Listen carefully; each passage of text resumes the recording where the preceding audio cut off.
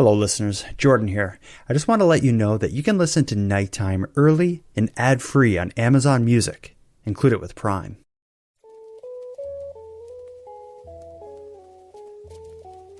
You are listening to Keep Canada Weird, a weekly weird news roundup by the Nighttime Podcast. Handsome Aaron Airport. They tried to stop us. They tried to take us down. They tried to put tariffs on our internet connection. None of it worked. We're here to keep Canada weird. Fist bump, buddy. I'm glad to be with you again. Hey, not too hard, though. You got those strong arms. Little hands and strong arms. Yeah, they're like daggers. How are you over there? Great. How are you? Good. Anything new? Anything you want to tell me about? Nah, there's very little I want to tell you about. I don't 100% trust you yet. Okay, we're working on it. We got a lot of stuff to iron out. Maybe another 20 years, then we'll have that foundation built. Yeah.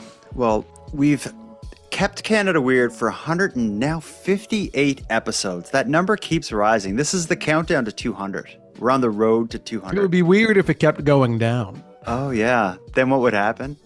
Like history is erasing. Like we created a new timeline with some kind of a time travel machine. Okay. That sounds like the idea for a really crappy movie. No. Like we want to do something Back to the Future, but we want to incorporate something modern and cool. Yeah. I don't know, podcasts. Yeah, how about each podcast episode starts disappearing? What? Let's get to the good stuff. I got a special drink in my hand. I'm happy to tell you that it's decaffeinated tea. Oh. It is a boring drink tonight, but there's like kind of a cold bug going around my neighborhood and my house. And so I've been doing a lot of hydration work on myself. Oh, yeah. Okay. So I'm working on that with some tea tonight. Cool. Yeah, that's awesome. What do you got? I don't have a special drink. I just have my staple, my small can of Coca-Cola, 0 sugar, 0 caffeine. Okay. A lot of people tune in just to hear the special drink reveal. And they immediately shut the episode off as soon as they hear the special drinks. And then they're like, all right. Before you hit stop, special drink fetishists. I got some news. Yeah. We've been talking about working on like an explainer series, which are going to be like compilation episodes where we revisit threads or storylines that played out across a span of Keep Canada Weird episodes. We talked about doing something on egg versus egg gate. We talked about doing something about the time that you almost left the show because of the amount of hate mail you were receiving. Mm-hmm. We're also going to do one on special drinks. And you're probably asking, like, Jordan, where are you getting the time to like go through all those old episodes and put all those clips together, right? Are you thinking that? No, I don't care. Okay, well, if you were, I have big news. Keep Canada Weird has an intern. Did you know that? No, that did not come across my desk. No. No.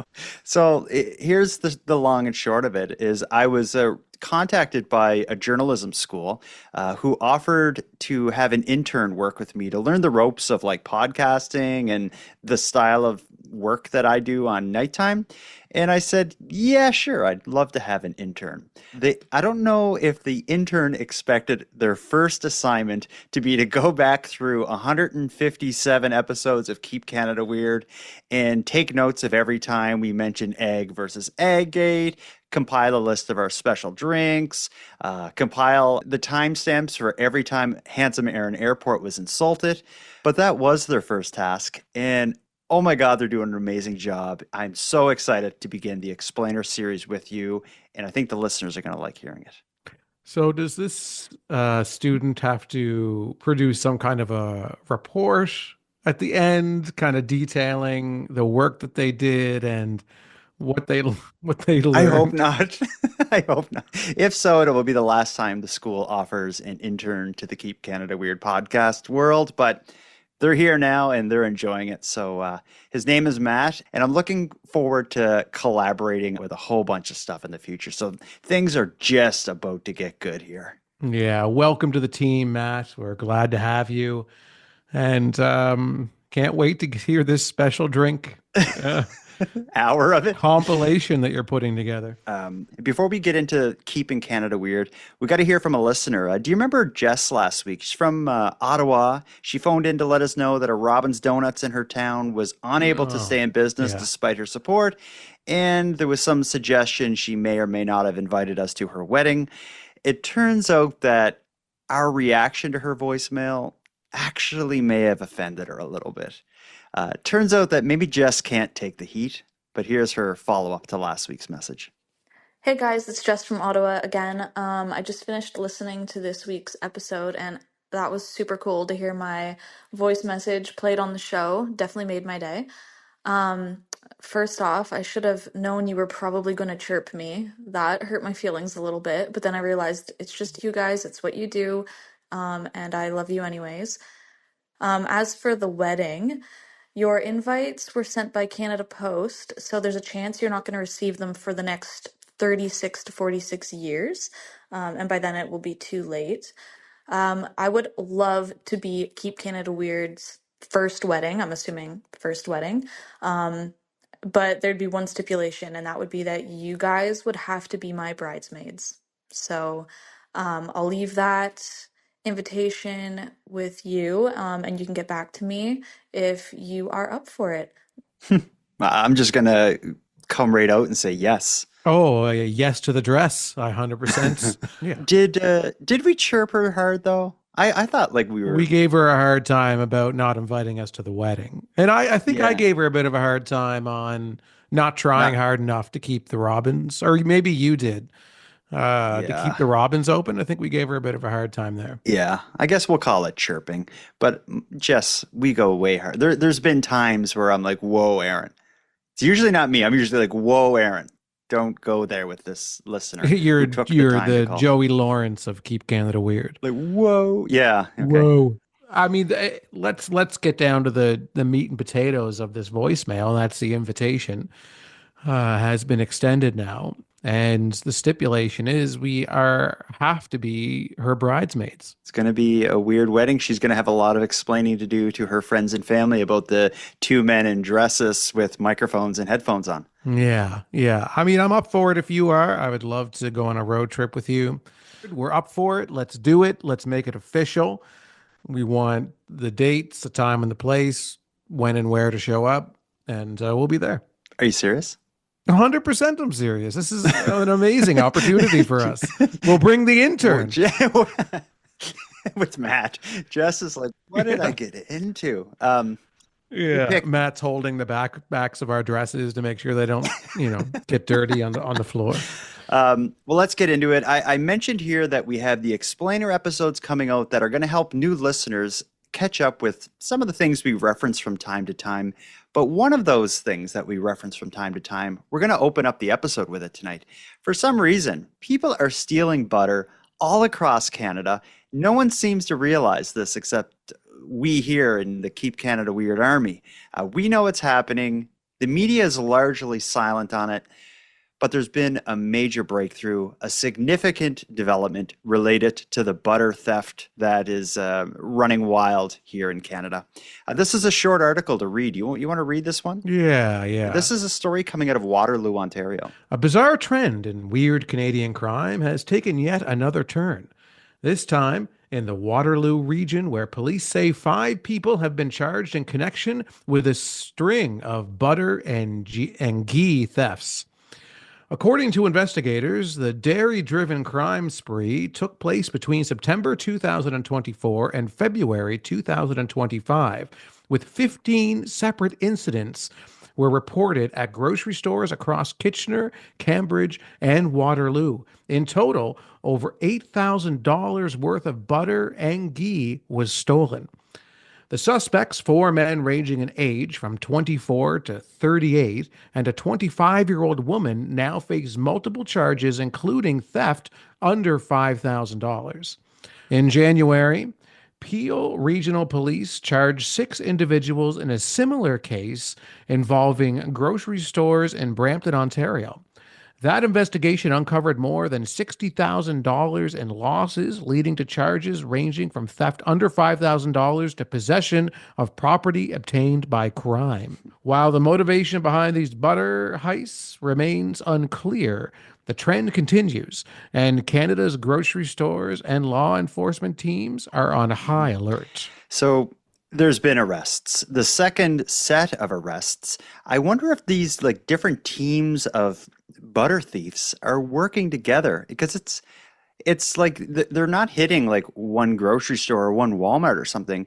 Every time you hear of this, it's a string of them. So it's like it's Hmm. almost like an organized crime thing targeting butter specifically in Ontario, it seems. Like what a strange crime spree. I never would have thought that this could happen, but here we are. Yeah, what is it about Ontario butter that's so alluring to these Mhm. individuals?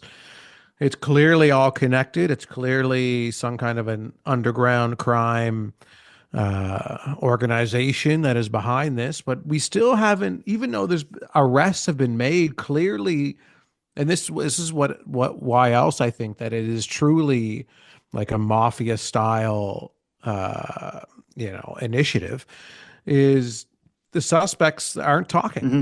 And they're not even being named by police. I haven't seen the name of Yeah. one person arrested. They don't seem to be saying a word to law enforcement because it seems to be a mystery to them as well. What they're doing with this butter, why they need so much of it, how they're able to turn this stolen butter into money, that's all a mystery. And I don't know if we're going to solve it anytime soon, but one thing's for certain is this crime wave doesn't seem to be slowing down. Lock up your butter. The butter being stolen is probably just a small piece to the grand puzzle that we're trying to put together Mhm. here. Being, maybe it's a chain of movie theaters run by the mafia that just need the butter for the I, popcorn. I don't know who else could need this much butter. That said, I don't, do they even put real butter on popcorn anymore at theaters? I want to say though, since we're on the topic of theaters, I don't often go. I went last week to see the Minecraft movie and it was so good. Oh, you liked it? I loved it. I went with my I kids. didn't see it. I just been hearing people say a lot of negative Oh, things. really? I went with my kids expecting it to be kind of, just like whatever. I'll just pass the hour and a half sitting there eating popcorn with my kids. I laughed through the whole thing, and I recommend that movie Really? to anyone who's, if you have kids that have any interest in it, take them, and it's a fun time. But all that said, we're not here to review movies. We did that on the bonus episode last week, reviewing Canadian Bacon. We are here tonight to keep Canada weird by seeking out and highlighting all the unique and offbeat stories that played out across Canada in addition to the butter theft breakthrough that we just heard. Let's get into it. We're going to take our first ad break. When we come back, we're going to have a duo of stories that relate to weird and perhaps offensive stuff showing up in Canadian yards. We'll get into that right after this break.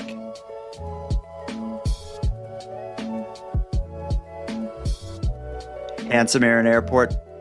Butter theft is a reoccurring theme on Keep Canada Weird, as is interesting stories related to tires.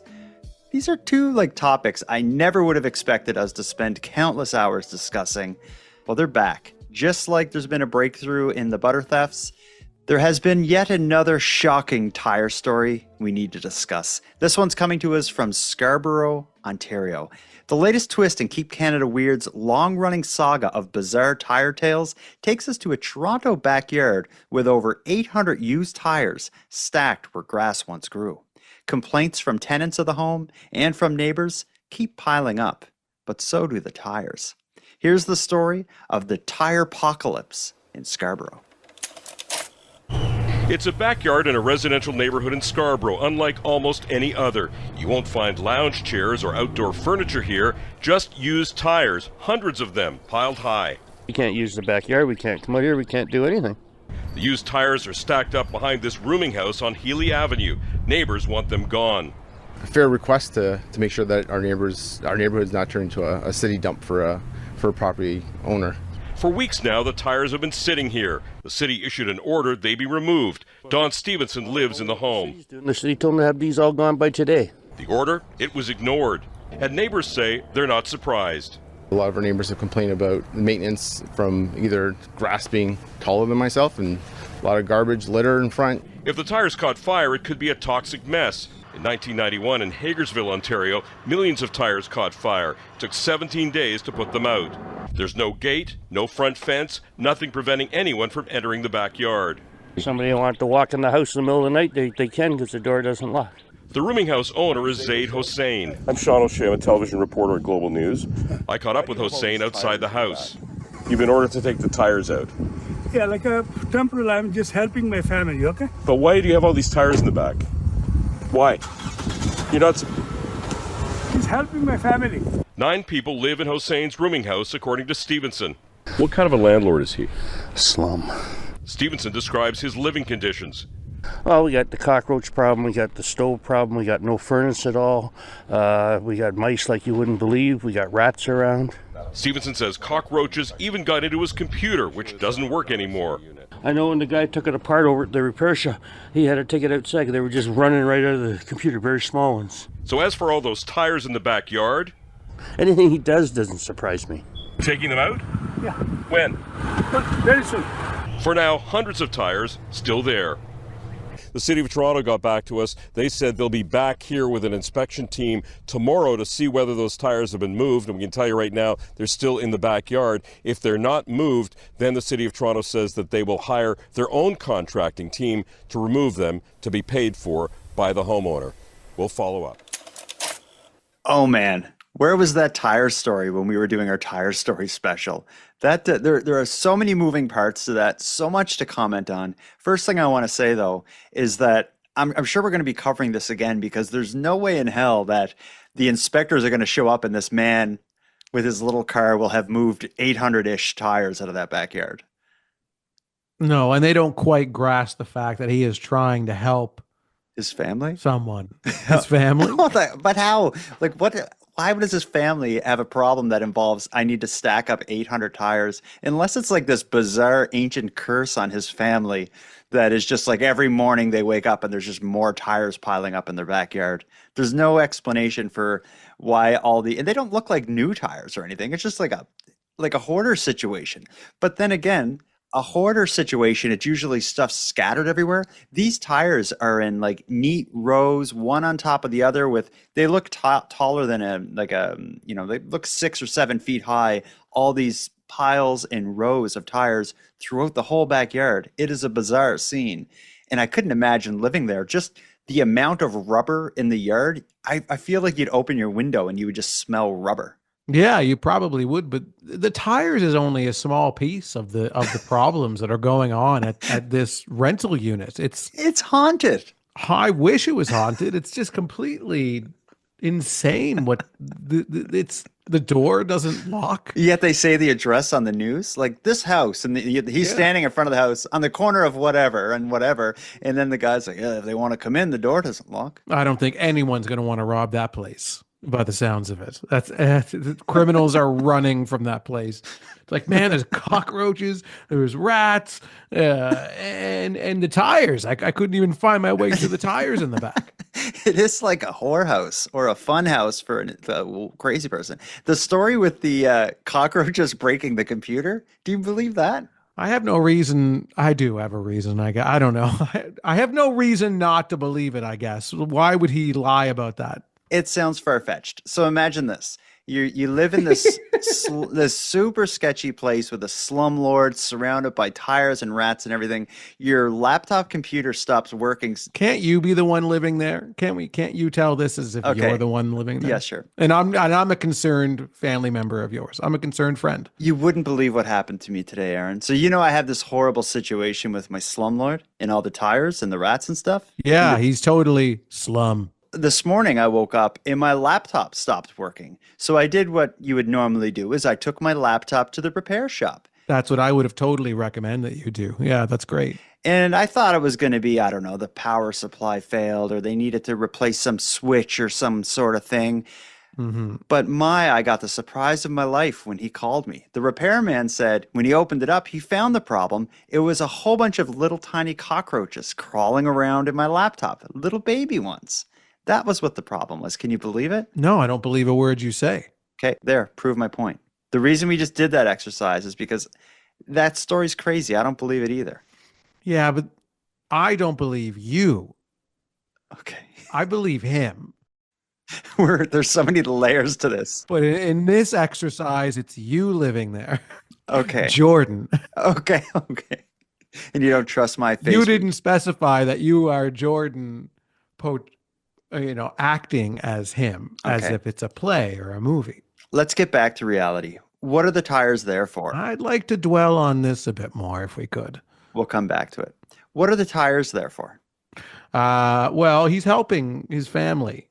I thought that was clear. I know you're a creative guy. Paint me a picture. What possibly could your family need that involves you stacking 800 tires up in the backyard of your rooming house that you manage? Well, we've covered in the past one particular story that was about tire thieves Yes. that stole, the bald tires off of that crappy car that guy had. And nobody could really understand why somebody would steal those tires, but somebody did. Now, I was blaming the tire store owner who was interviewed in that story, and I pointed my accusatory finger at him. I remember. Because he's the one that would benefit the most. But now I think it was this landlord guy. And he's actually, I don't think it was him specifically. I think he's a part of it. His family is out stealing tires, and they're storing them at his rental unit because he's like, I don't pay attention to that place anyway. No one will look for them there. It's possibly, but that's possibly the explanation. I think more likely it is some kind of supernatural curse that involves this house, and that is why there's so much craziness going on. And all of these people who are in there as a rooming house, I don't know what they did in their lives to end up in that situation, but this is a truly Keep Canada Weird story that involves tires and a whole bunch of other elements that I never want to see this place again. But I do know that the trouble is just starting, because when the inspectors show up to play hardball, as it sounds like they're going to, it's not, this guy just has excuses. Nothing's gonna come of this. No, nothing ever comes of it. It's all just taping little red warnings on doors and walking away. That's what usually happens. I promised you a duo of stories related to unusual and maybe offensive things in people's yards within Canada. 800 tires stacked up. Would you say that's unusual or offensive? It's both. Okay. Well, this next one, I'm curious to see if you were going to err on the side of unusual or offensive, because we got another one. We have to just travel a little ways to Amherstburg, Ontario. There's a neighborhood dispute growing over a bold and undeniably phallic lawn sculpture that's got residents blushing and buses full of school kids covering their eyes. It's the latest example of weird lawn decorations pushing social boundaries and patience. Here's the story of the penis statue in Ontario. I'm here in Amherstburg, where a sculpture on the front step of this house is catching the attention of passersby and has resulted in at least one formal complaint to the town. Take the Statue of David. The Statue of David does have genitalia on it. People do have that statue in their yard. It is considered art. The genitalia is not the only thing on that piece of work. It is a whole human body. There is much more to it. This is a 4-foot tall penis, and it is meant to offend people. Do you think that's the motivation of this individual, is to offend? Either that, or they have a really immature sense of humor. Judy Carney says the phallic ornament just down the road from her has been on her neighbor's lawn for about 2 months. She thinks it's inappropriate and wants it removed. But she says the town has told her and others that there's nothing that can be done about it. Because there are no bylaws in Amherstburg about what you can put in your yard. An emailed statement from Amherstburg Mayor Michael Prue agrees, but he does say he thinks it is in poor taste and that he's going to check with other jurisdictions to see if there's anything that can be done. We did make efforts to get a hold of the person who lives at the house, but we were not successful. A neighbor told us that the person works out of town and is away for long stretches of time. They weren't sure if the resident even put the ornament out themselves or whether it might be friends pranking them. Regardless of how it got there, the decision to display it is a topic of debate for those in the town. Oh my, a 4-foot tall penis made of concrete, just leaning against their front step, pointing towards the street, has got the neighbors up that's created an uproar around the neighbors, but most significantly by the woman we hear complaining in that news clip. She's not happy about this. She doesn't like it. No, she, in a very strange way, tries to compare it to statue of David. Yeah, yeah, that's a pretty grand comparison. She claims that lots of people have that in their yard. Have you ever seen the statue of David in somebody's yard before? No, I've never seen a statue with a penis exposed in anyone's yard. No, no. I have seen those little babies, Oh. that's Yeah, they and have they're fountain. peeing like a Yeah, fountain. yeah. No one has a problem with that. I find that to be much more graphic. That's true. But this, like, if you're gonna have a debate about is it art, it's a pretty crude and rudimentary 4-foot penis made out of concrete that is there. It is not like artistic in nature or expressive in any way. It appears to be erect, which some people would find offensive as well, just because it is kind of like sexualized. I disagree that it's erect. I think it's flaccid. Just because it's 4 feet, you don't see the person that it would, hypothetically be attached Yeah, to. so like without person that could be context, massive. it's hard to say. This could be a very tiny flaccid penis on a giant. That is true. I've seen the update, so we have clarification on this story, but Yeah, okay, what are you going to say? And then we'll get the update. what I thought before I saw the update is that this could be art because the penis, it doesn't have any kind of exaggerated features to Yeah, it or it is anything. pretty. Standard regular penis, but it's made of concrete, so it's still powerful. It's strong, it's sturdy. So what the piece is trying to say, I thought, was that a normal regular penis can still be strong and dependable and something you can rely on. That's what I thought. Okay. As far as the news clip there, we're left hanging by that news clip of, is it was it put there by the owner? Who is the owner? Does the owner know it's there? Is it a prank someone's playing on the owner? It was left as like a bit of a mystery, but it was a mystery that would be solved very quickly. Because if you're the type of person that has a 4-foot tall concrete penis on your front lawn and you find out that people are in the news complaining about it, what do? The type of person who has that on their front lawn, they level up. And that's when we get to the update. There has been several follow-up articles. Spoiler alert, it's intentional. They want that thing there. And as I guess a subtle FU to everybody who's complaining, that penis is now decorated for Easter. It's dressed up as a bunny rabbit. Here's the update. We now know the story behind a controversial statue in front of a home in Amherstburg. The statue was the source of neighbor complaints, so the homeowner gave it a new look, dressing it up for Easter. The phallic symbol started as a joke between Luke Parlett and his brothers. For Christmas one year, Parlett sent his brother small penis statues. Then this summer, his oldest brother was pouring a cement pad and had some left over. Parlett's Christmas present this year was the 4-foot-tall sculpture, which he propped it up in the front yard of his brother in December. Parlett says no one has ever told him they found it offensive, and he has gotten a lot of laughs and positive comments since. I know a lot of people have had good laughs about it. Never meant to offend anybody. Nobody's knocked on my door. Nobody's got my phone number, called me about it, said, like, if somebody came up and said, hey, like, do you mind maybe moving into your backyard? You know what? I probably would have.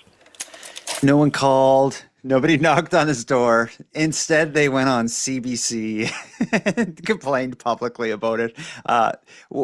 Is what he's done with dressing the penis up as Easter bunny, is that a way to kind of hide what it is, or is that a way to exaggerate what it is? Because the way he's decorated it is what would be the testicles have been turned into decorated Easter eggs, and at the top part of the penis he has the eyes and the bunny ears put on top, so it looks much more much more obscene and bizarre now. I would love to have heard a follow-up article or a follow-up interview with the lady across the street that hates this thing. Oh, she's probably more enraged now than ever before. I just, yeah, it's good on him. I'm not sure. Again, we were left with some more questions about his motivations. Is he trying to pour some water on the fire by turning it into an Easter bunny and being like, hey, don't worry, it doesn't look offensive anymore? Or is he pouring gasoline on it and be like, this penis is here to stay, and it will be decorated for every season of the year? What is with this family? Why would a brother have given him a bunch of small penises for Christmas? I never had a brother growing up, but if I did, I'd always probably send him penises and draw penises and talk about penises all the time with my brother. I guess. Either way, shine on, you crazy diamonds in Amherstburg, Ontario. What a hilarious story. You hear stories of bad neighbors, and I often am bothered by them because I've been through situations with awful neighbors. But this one, I can laugh at it. If the worst thing your neighbor does is have a penis statue on their front lawn, then yeah, it could be way worse. Trust me. Yeah, you should be very thankful for this neighbor because he's gone for large chunks of time throughout the year, which means they're probably pretty quiet and not much goes on over there. But you got to put up with a little bit of stuff from your neighbors. No neighbor is perfect, and this one has a 4-foot penis in his front yard. On that note, let's get to our second and final break of the night. When we get back, though, I hope you have a strong stomach because we are going to hear disgusting, disturbing, and gross stories related to bodily functions. We'll get to that shortly.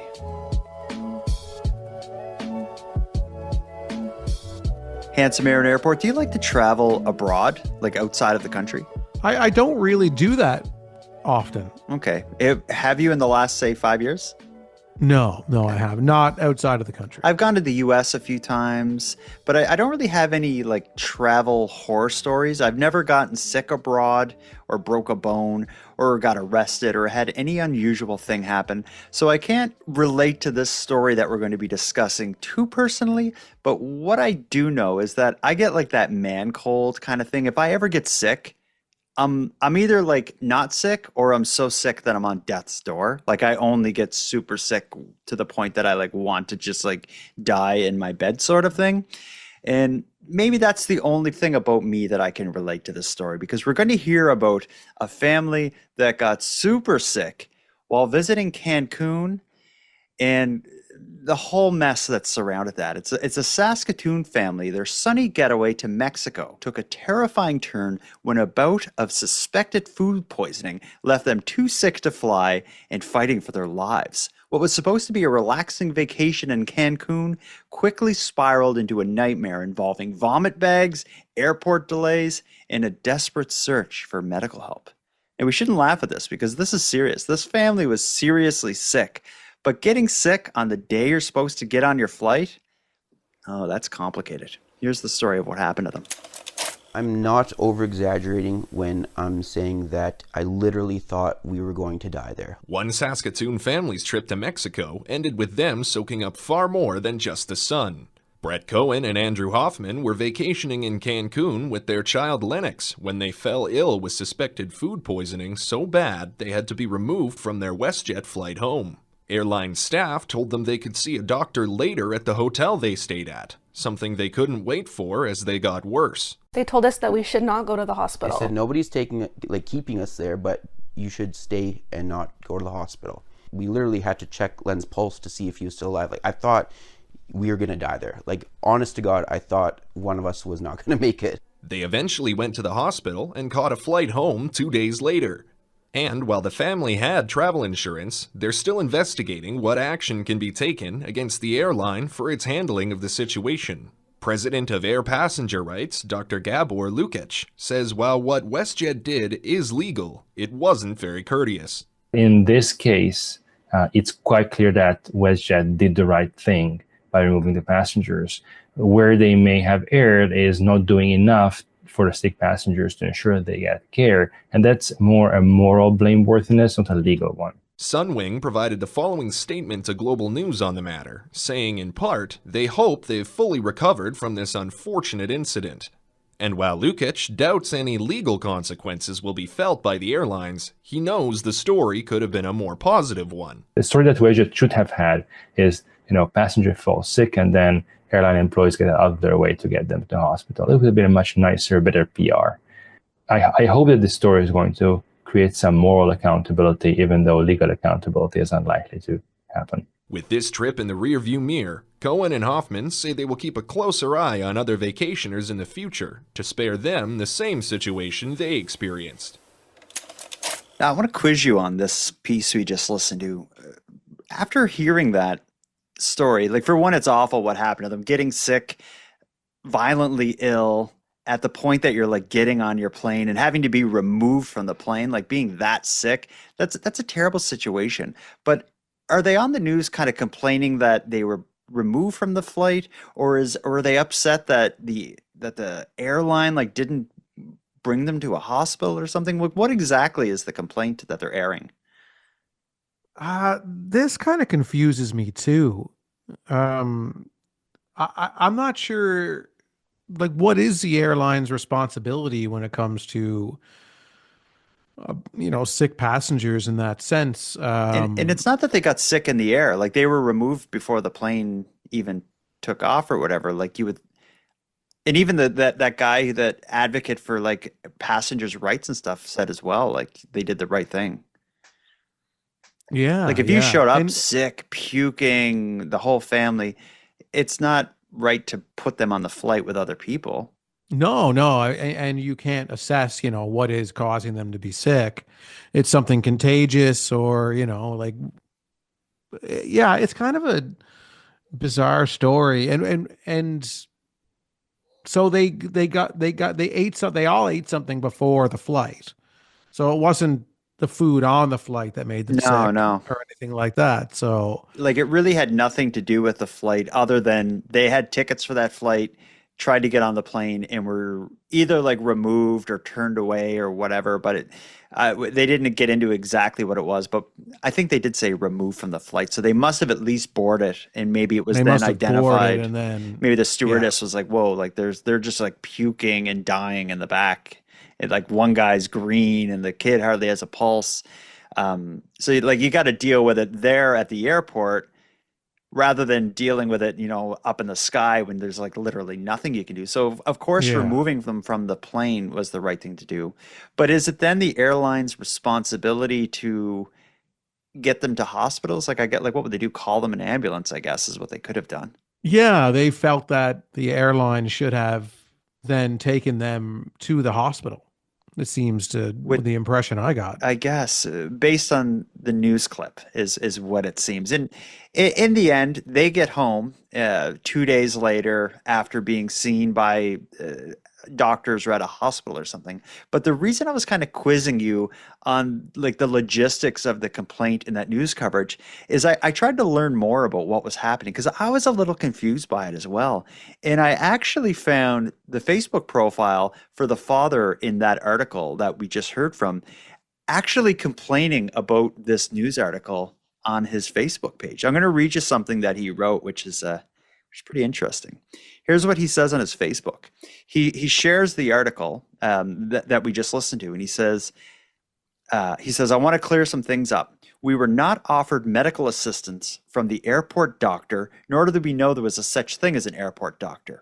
We're not faulting WestJet for removing us from the flight. We're upset with Sunwing's actions, which occurred after we got off the plane, as they repeatedly denied us medical assistance. It was not WestJet staff that said we should see a doctor at the hotel, and it was not airline staff that told us we should not go to the hospital. It was Sunwing. Sunwing didn't offer to help us arrange flights home. We were left to do that on our own. I'm sorry to say it, but the story is inaccurate and not representative of the conversation we had with the reporter we spoke with, nor is it representative of our concerns or experiences. So after reading that, I'm disappointed to hear that they had a bad experience with the media and they felt the story didn't accurately describe it. But even after reading his explanation, I still don't get it. Because isn't WestJet and Sunwing just two airlines? Yeah. Like I'm completely lost by what happened here. Because once you're in the airport, like you're removed from the plane, you're in the airport. So wouldn't your grievances be with the airport and not, WestJet or Sunwings? Yeah, that's what I would think. And I also think the explanation or the answer for what you should have, what you should do, what the next steps should be, like in Mexico, they would have like ambulances and like some version of like a 911 kind of thing. It just seems like there should be no like, don't go to the hospital, sit here and wait before we get you so we can get you on another plane or any of that stuff. It should just be you're super sick, call, whatever 911 is or whatever the equivalent would be. I don't understand the story, and I especially don't understand the fact that it got to the point of being on the news inaccurately, and you and I, investigative journalists, can't make sense of what the complaint is about or what happened or what should have happened. The interesting part, I think, in the kind of the fundamental issue here is if you're sick, should you be allowed on a plane? I vote no. No, I mean, I think that should be also assessed, on a case by case basis. Depending on the sickness that you have, you may need to get somewhere to seek a medical attention by that's flights. true. It depends on. What if it's like a nasty head cold? Like if someone gets on, their nose is red, their lips are dry, their eyes are watering, they have a tissue box, they're sneezing and blowing their nose constantly. Do you think they should be allowed to get on the plane? Well, yeah, probably. If it's just a cold. How do you know? That's the thing. Where do you draw the line? I know. I hate getting a cold. Like I said at the beginning of the story, I'm either not sick or I have the stereotypical man cold. So if I see someone who has symptoms of a cold or flu virus or something, I avoid it like the plague because chances are I don't catch it. But if I do, it pretty much guarantees me 4 days of like lying in my bed, rolling around, moaning, wishing for a swift death. Yeah, I want to know more about what made them sick. Well, I should have said on his Facebook, he also said it is confirmed that it was food poisoning. So he ate something weird. But when you go to other countries, that's pretty common. Like you hear of people like you don't drink water, don't even take ice cubes and stuff. Like when you're traveling abroad, you're exposing yourself to so many different viruses and stuff that your body's not prepared for. Yeah.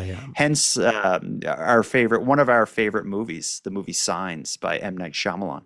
Oh, yes, right. Yeah. Well, that's kind of a huge spoiler thing, though, if for anyone who hasn't seen Signs. Let's not give the spoiler out, but let's just say for anyone who hasn't seen the movie Signs by M. Night Shyamalan, it's really good. And if you watch it, at the end, you'll be like, oh, that's how it connects to episode 158 of Keep Canada Weird. Yeah. That's what the intern is saying to himself right now.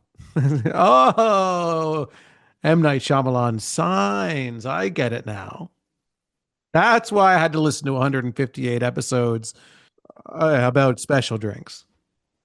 Someday our intern Matt is going to be a professional journalist, and he's going to be like receiving some kind of journalism award. And they're like, tell us about, what got you into journalism? How did you cut your teeth? And he'll have to give the story of his time working for the Keep Canada Weird podcast and all the amazing things he learned researching egg versus egg gate. Yeah. Especially when we get him started on Entirely Tires and where all that started. I'm excited to hear his research into the special drinks ritual at the beginning of the episodes, because I have no memory of when that began. Like so many of the little things we do, we never like planned it. These are just things that formed over 158 episodes. So yeah, it's going to be fun to do our explainer episodes and revisit the kind of birth of these events. I want to hear about the birth of the animal uprising when we first started talking about that. Yeah, that's going to be a big one for him because that's going right back to the early days. But we don't have time to reminisce about that now because we're still keeping Canada weird here with last week's stories.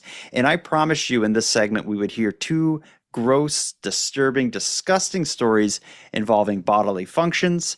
We just heard one, that bodily function was puking. I'm going to now tell you the story of another disturbing, gross bodily function that made its way into the news. And this one has a little bit of a cherry on top because it is set inside a value village of all places. A Sudbury value village is the venue for an assault with a gross weapon. For people who don't know as well, we should say Value Village is the Canadian equivalent of Savers, which is like a thrift store. I think Savers is the American company that actually owns Value Village. So it's a used that sounds stuff right. store. Here it comes.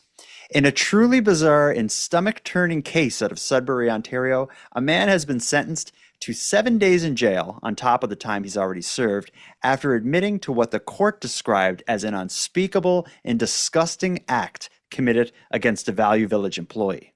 The incident happened on September 27th of 2024 after 50-year-old Pierre Gauthier entered the secondhand store. His lawyer explained that Gauthier felt he was being mocked and followed around the store, which led to him having an outburst. The outburst itself, as far as what happened there's two competing stories. The court heard that Gauthier defecated in the store and threw his feces at a male employee, striking her on the arm before he quickly left the store. Gauthier's lawyers interjected to state that his client did not throw the feces at the employee, but instead wiped it on her. Gauthier's lawyer also rebutted earlier reports that the incident led to the store needing to be closed and stated that the area involved was simply cordoned off while cleaning occurred, but the store remained open throughout the ordeal. In the end, Gauthier, of no fixed address, pled guilty to assault with a weapon, the weapon being feces.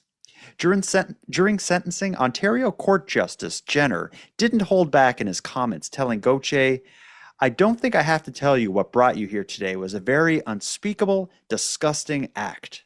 Though he emphasized he didn't throw the feces, but rather wiped it on an employee, the impact was no less serious. The court heard that Gauthier suffers from multiple health challenges, has a learning disability, and struggles with his speech.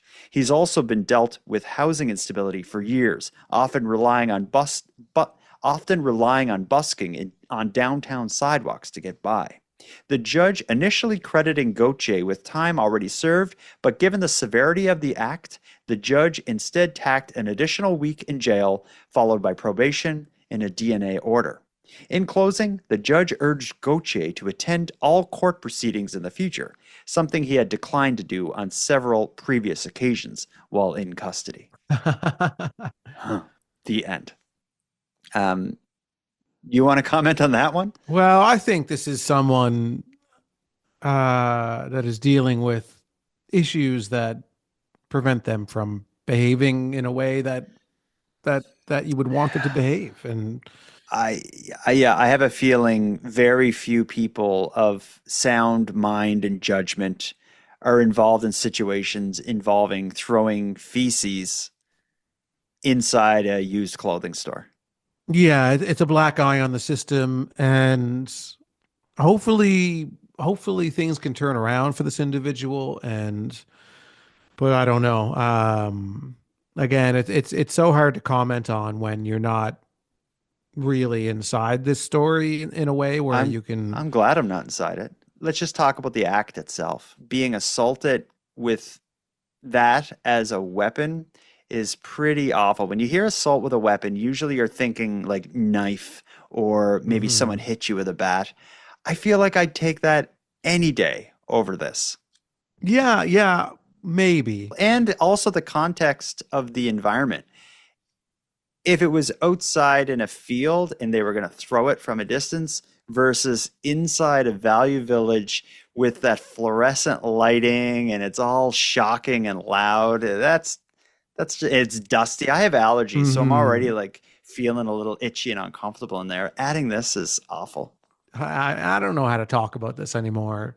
You know what? Let's transition out of this disturbing discussion and let's completely turn it on its head and go into something flowery and lovely and hopeful and maybe even a little bit romantic. We've been ending the episodes lately with a promise not to keep Canada weird, because we followed through on that. Let's keep Canada romantic. You ready to get back into this? Yeah, we really need this right now. Okay, let's. What a clumsy transition, but let's do it. Over the last several weeks, we've been airing dating profiles submitted to us by listeners of Keep Canada Weird from all over the world, from all walks of life, all with one thing in common: they want to find somebody special. Last week, we heard from Charlotte. She had the eclectic profile that involved fortune telling, climbing trees, true crime documentaries. I will say we haven't been able to find someone for her yet, but I did hear from a lot of people who said, like, Charlotte sounds amazing. I hope she finds what she's looking for. And I did hear from Charlotte as well myself. She sent me an email after we aired her profile to give us a bit more information and answer one of the questions we had. If you remember correctly, after her profile was aired, we said she didn't tell us who she was looking for. I'll tell you what she said about that. Hey guys, I just listened to the latest episode and I was so excited when I heard you air my profile. I just wanted to say thank you so much for airing it, and I want to let you know that I purposely left out what I was looking for in a guy because I'm open to meeting different types of guys than I've dated previously. I don't want to pigeon myself right back into the same cycle of jerks. And I commend her for that. Yeah. So if you're interested in Charlotte, she's still available from last week. You can listen to episode 157 to learn more about the eligible Keep Canada Weird Bachelor Charlotte. But we got to move on to a new bachelor. Are you ready? Oh, I'm so ready. I hope you are, because this is a big one. It's a listener named Zach. He's called the show before. He's from the United States. As it turns out, Zach is single and he's ready to mingle. Here's his profile. My name is Zach from Pittsburgh. I like going to the bar and getting six-packs. I like cinnamon sun chips. I like keeping things weird and interesting, but not too weird. I am a nerdy fellow who enjoys all kinds of topics like true crime, sci-fi, anime, video games, and pretty much anything of a nerdy nature. I am a little more to love. I am larger than normal. But I also have a very long and exquisite beard. Yeah. I don't take things too seriously, or at least I don't try to. And I like to just have a good time and let things fall as they may. Ladies and gentlemen, that's Zach. Ready and willing to meet interested females out there. I don't know if you're thinking what I'm thinking, but he kind of seems like he would vibe with Charlotte a bit. I was just thinking the same thing. I was like, I wonder if Zach likes climbing trees. He says himself he's a bit bigger of a guy, but I don't think like he just pick a big tree. Yeah, but maybe he just likes watching people climb trees. So that's why Charlotte would be perfect for Zach. And they're also both from the same country. They're both from America. Wow. Okay, that was easy. Zach and Charlotte. Oh yeah, case closed. Zach on and this Charlotte. One. If it seems like you're interested, contact me and I can get you two in contact with each other. But for any females out there, if Zach sounds like your cup of tea with his long, glorious beard, let me know. Did he kind of trick you with that? Because I was like, whoa, where's this going? I figured he was gonna have some kind of a play on words there, but yeah, it was good. For a second, I really enjoyed Zach's. I enjoyed Zach's profile. That's two Americans that have called in looking for love from Canadians, but the irony will be they'll end up with each other in America, meeting on a podcast. Canadian podcast called Keep Canada Jess at Weird. the beginning of the episode said she would happy to be Keep Canada Weird's first wedding. Her wedding's planned for this summer. So if we keep this up, she may not get the first Keep Canada Weird wedding. The race is on. We're matchmaking here. We are. And so let's connect them. Let's see what happens. Well, we have to see if they're interested first. No. And this is also a bit of provides a bit of a sense of urgency for other females who heard Zach's profile or some men who heard Charlotte's and they're like, oh man, like I got to get on this right quick before I got to send my message in before they pair off. But here's what I want to know. should you and I be granted some kind of executive power over this matchmaking where we can say, you know what? No, we're not going to match you with that person that you're interested in. Or in this case, where we have Zach and Charlotte, where we should just connect them either way without their consent. A Keep Canada Romantic executive order. You're going to sign one? Yeah, I've got a pen right here. Well, we'll see what happens. Is there anything to say about, like, there's a lot of talk about Americans fleeing to Canada. Are we maybe like unintentionally providing like a route to like a green card to Canada for these people? I don't know in this climate right now. I don't know. Okay. Well, either way, we're doing God's work here, keeping Canada weird, keeping Canada romantic, making things happen, and we're not done yet. I'm excited to see what the future holds for us, Aaron. Let's just see what happens. If we're going to see what happens, here's what's going to happen. Coming soon, we are going to have our next edition of the Keep Canada Weird mailbag that will include the voicemails that weren't aired during the month of March. That should be up on the Keep Canada Weird feed and the Nighttime Podcast Premium feed within the next week or so. And that'll be closely followed by the first Explainer series episode, which will be covering Egg versus Egggate. We got a lot to cover. And that's on top of seeking out and exploring the weird Canadian news stories. So, Aaron, let's wrap this up. We've got to get a good sleep because we got a big day of work ahead of us tomorrow. Yeah. Will the intern come and help me at my regular job? I'll have to talk to him about that. I don't know if he does accounting. Yeah, well, I can show him a few things, get him started. I'll talk to him about that. Let me handle that one. Handsome Aaron Airport, until next time. Jordan Backhoe, Bus Stop Bonaparte, until next time. Yeah, if you see a weird, suggestive, maybe offensive statue in a neighbor's yard, I suggest not going on the news about it because it will probably just kick up the hornet's nest.